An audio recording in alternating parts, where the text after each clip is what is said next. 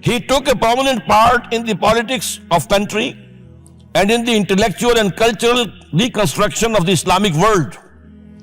His contribution to the literature and thought of the world will live forever.